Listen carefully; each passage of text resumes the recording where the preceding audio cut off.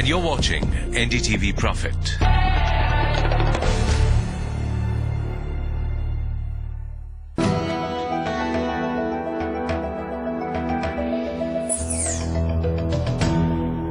Hello and welcome to Question Time. I'm Omkar Goswami.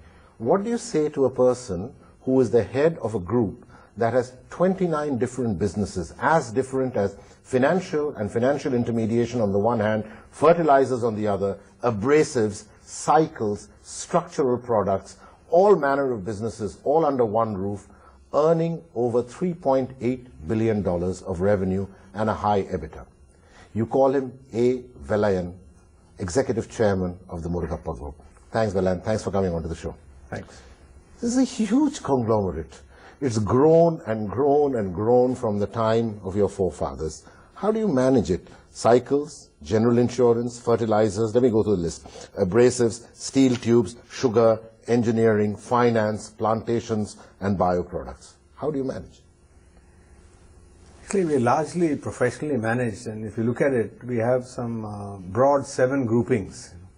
So it might be 29 companies across, but if you take large groupings, it would be fertilizer, sugar, it would be engineering, abrasives, financial services, plantations. That's still a hell of a lot. What does plantations have to do with financial services? Well, it's evolved over the years. Some of these companies we acquired, some of them we had, some of them we turned around. So basically our strategy has been that we've got into certain areas and built as a core business and grown around it. And over the years we've just looked at sustainable models in each of these and also looked to have predominant positions either regionally or nationally. So if you look at one common theme across our businesses, we are either number 1 or number 2 regionally or nationally. And this is critical for us, and we have to have that critical mass, and we built it over the years. Let's talk about the group as a whole, because as on 31st March 2011, your top line was 17,051 crore, and your EBITDA, and which had grown by 25% over the previous year, and your EBITDA was 2,247 crore, which had grown by 20%.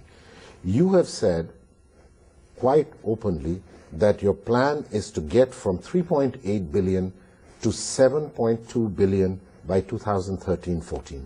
Question 1, are you on track?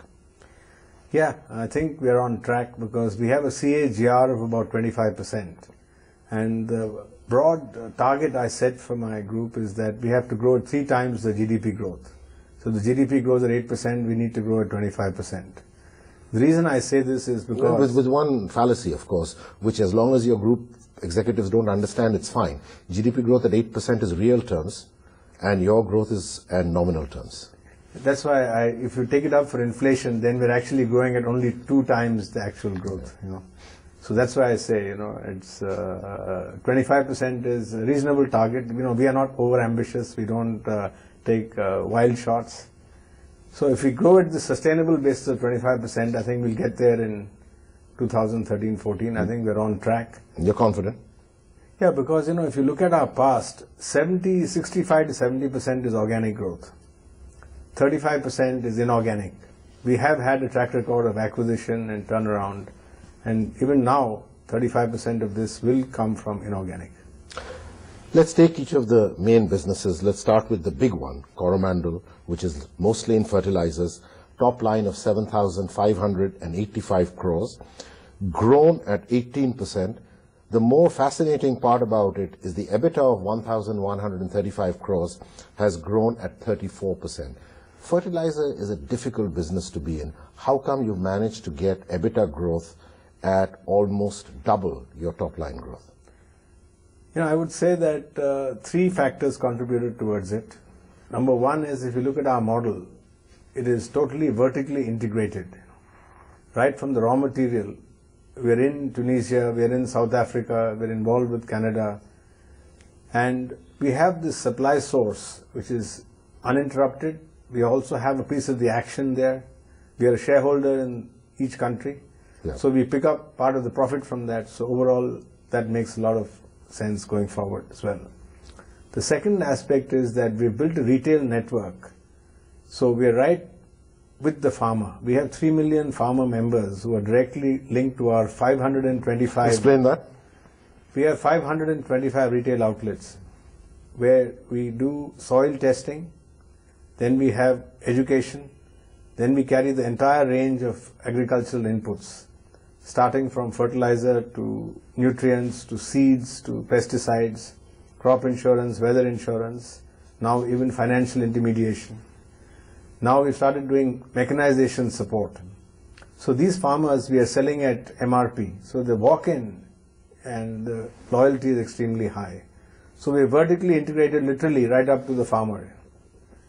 The third aspect is that the nutrient-based policy which is announced by the government a year ago. Yeah, just explain this, because in your latest results, with your annual results, you have talked about the nutrient-based subsidy policy. Just explain this to the viewers. See, the nutrient-based subsidy policy was based on moving towards a market mechanism to start with, which said that you would open out the MRP and restrict the subsidy because it is untenable to keep on subsidizing Indian fertilizer. It is the only country in the world which has given such large subsidies. So nutrient, we have N, P and K.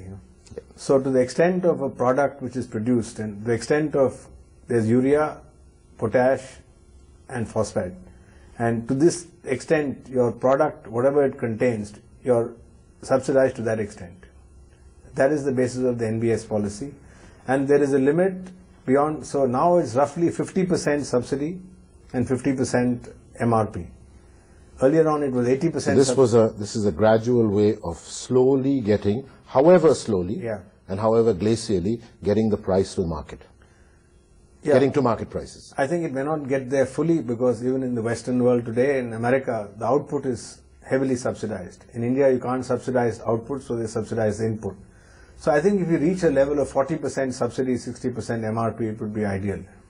And you've said that, you also said that this is going to have a huge positive impact on industry. So am I to understand from this two things? A, it's going to be positive because, why is it going to be positive? Because you're going to get more revenues and better profits? Or is it going to be positive because the weak guys will fall off? No, it is positive from a customer end because they are subsidizing the right nutrient which is required for the soil. Earlier on, that was not the case. So that is number one. Second, explain that. I am a farmer, and I was getting a 100 rupee subsidy on a 150 rupee thing. So I was ending up paying 50 rupees. Now I'm getting a 75 rupee subsidy on a 150 rupee thing. So I'm ending up paying 75 rupees. How is it better? No, it is better from the point of view that the right nutrient, you see, if you take the intricacy of this system, the level of subsidy varies by the input. And earlier on, there was no incentive to use micronutrients, there was no incentive to use sort of other things. And just keep on loading up the fertilizer. Yeah, just keep on loading up the fertilizer. Right now, they've done it much more broad-based. It's a little more complicated, we'll need half an hour for me to explain this. No, we're not going to spend half an hour. But I want to take you on to something else, which is another great thing. I mean, all of us have seen this. Many of us have ridden the cycle. TI cycles have now eventually, last year, the total sales of TI cycles from the beginning has already crossed the 4 million mark, and you have had 1,000 crore of turnover. How does it look, the cycle business?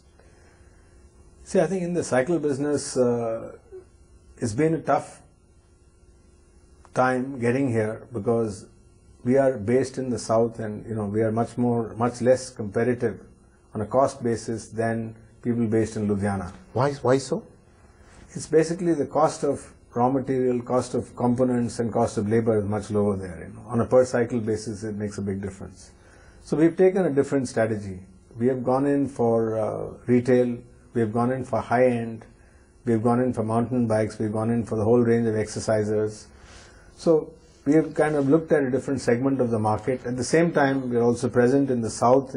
So you've also segmented the market geographically, and TI is more in the south than in the north?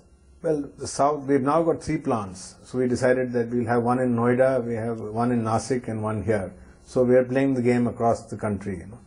And I think, what we've done, why it has succeeded is that we have managed to brand our products and we've managed to retail our products.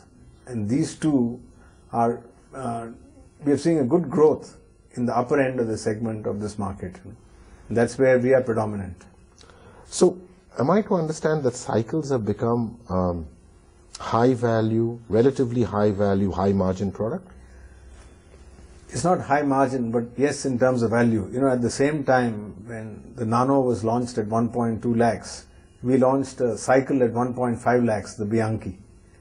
I mean, and it didn't sell. No, it didn't sell in hundreds of thousands, but it sold in the What hundreds. does a 1.5 lakh cycle have? It's got, in weight, it's only 8 kgs. It's got a gear system, and it can move very fast. It can probably move faster than a Nano, I think. How are the financial services business doing? The investment, the finance, the NBFC, how is it doing? Cholamandalam Investment and Finance Company. We have about 9 to 10,000 crore book. We have niched into the truck financing, LCV financing. Like a lot like Sundaram. Yeah. Sundaram is more into the heavy vehicles. We are more into LCVs and the smaller vehicles. We've got quite a good network, and we had an earlier partnership which we came out of from DBS, and now we're on our own. We built back. We're quite strong. Is the demand rising for truck financing? Yes, and we've got about 450 branches across the country, and we're well represented, and our NPA levels are extremely low. That's what I was going to ask. Yeah. You're not seeing any NPAs rising in the finance business? No. In fact, our credit assessment and our working with the client base, we've had a very good experience, and that's been one of our strengths. And the one big future we see is that there is slowly a link between our agri side, retail, and the finance side. And the finance side. And as we go forward, when people talk of financial inclusion, this is the real financial inclusion. I want to talk about this, but let's do this after the break. Okay? We take a short break now. When we come back, we're poised at a wonderful situation of looking at how companies like the Murugappa Group can marry the agricultural side of the business with the financial side. Stay with us.